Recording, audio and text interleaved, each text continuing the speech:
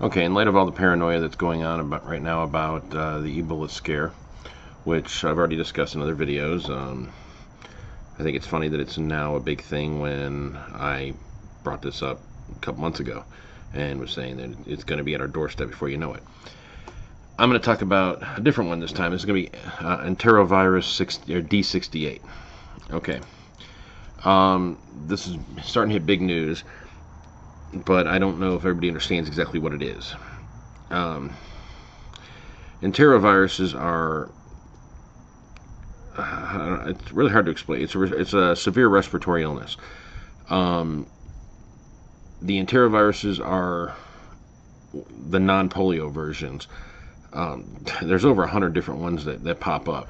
The one that we're in question, the D68, is the one that it was identified in like 1962, and it pops up from time to time, but this time around, it's hitting in record numbers. Almost 600 people have been diagnosed with it at this point, and we've already had a number of deaths. Now, what is it? When the mild symptoms hit, there'll be like fever, runny nose, sneezing, cough, body and muscle aches. Eventually, that progresses into severe symptoms, which are like the wheezing and difficulty breathing. Okay, who does it hit? It hits basically kids, infants, children, teenagers. Asthmatic children are especially vulnerable, which is why this is a big concern for me, because my daughter is asthmatic. Kind of like cold. It goes through people's respiratory systems and their secretions. So saliva and nasal mucus and such are how it's going to spread from person to person. So if you get coughed on, you get sneezed on, they touch you or you touch something that they've touched, you have a chance to get it. It's something that's going to hit usually in the fall and the spring. It's going to drop off, usually during the winter and the summer. And it's it can be pretty scary in the fact that it affects the breathing, and it's mainly hitting the children at the moment. Now, the thing about this is there is no antivirus, there is no treatment for it once you get it. You basically have to ride it out. I'm a little unclear, but their suggestions are get your flu shots early on, and it could help keep you from getting it, preventative care. But once you get it, that's it. And we've already had a number of young children that have died from this whole thing, and it kind of bothers me. Really, the only way to avoid spreading it is to be immaculately clean. Wash your hands continually, don't touch anything, be real careful, don't let people get too close to breathe on you, and so on. What really gets me about it is progression. It has, in recent years, I think they said that it was every year since like 1987 they get a few cases of this, but this year has been ridiculous, and it's hitting Canada as well as a bunch of states. A lot of them are in the Northeast, stretching all the way across to like Oklahoma and Colorado and such, and down into Louisiana and such. We even had our first case reported here in Florida. That's getting a little too close to home for me right now. So why now? Why has it gotten bigger? You get a few cases a year, except now we've got 600.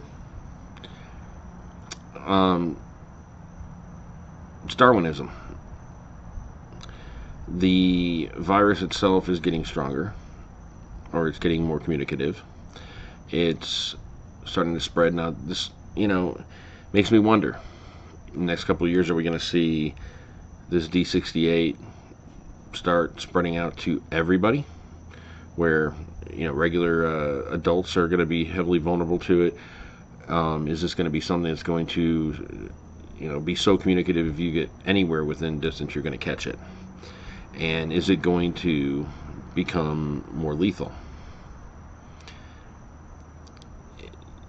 That's the downfall of vaccinations and such. There are a lot of organisms, viruses, and so on, that as you find a way to fight them, they adapt and they get stronger.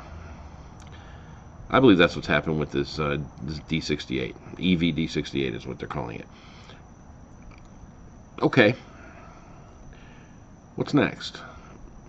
We've had a couple of cases of Ebola show up here. Now we've got this.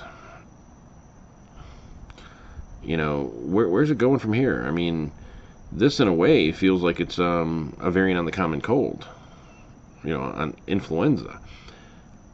If it's getting stronger and more lethal,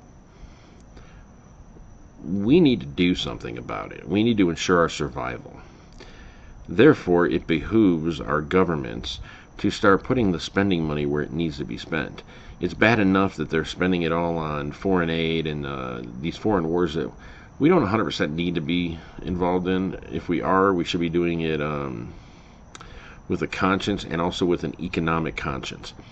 We're not working on infrastructure. We're not working at our at-home problems. Because we're not doing that, we're letting garbage like the Ferguson crap pop up. But now we're talking about our health. We're talking about diseases that can basically run right through us. What the hell are we doing? I mean, one of the key ways to tell if something is a living organism is if it follows the key signs of life: self-preservation and reproduction. Why are we not trying to preserve ourselves? Because the signs are out there. The Ebola has been getting nastier and nastier. HIV has been getting nastier and nastier. This, EV D68 is getting nastier and nastier. It's only a matter of time before we get hit with one of the ones that's going to basically run through and maul our country. Or we're going to get hit with the one that's going to basically be, the civilization breaker.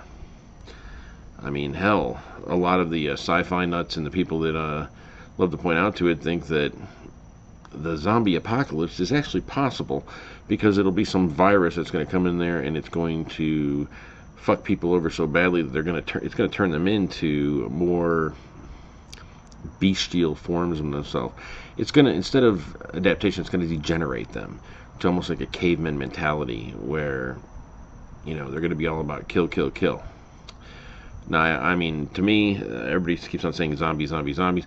That doesn't strike me as zombies because the primal instinct is there with zombies, but there's more to it when you're talking about like a caveman attitude. You're going to have primal instinct, you're also going to have cunning.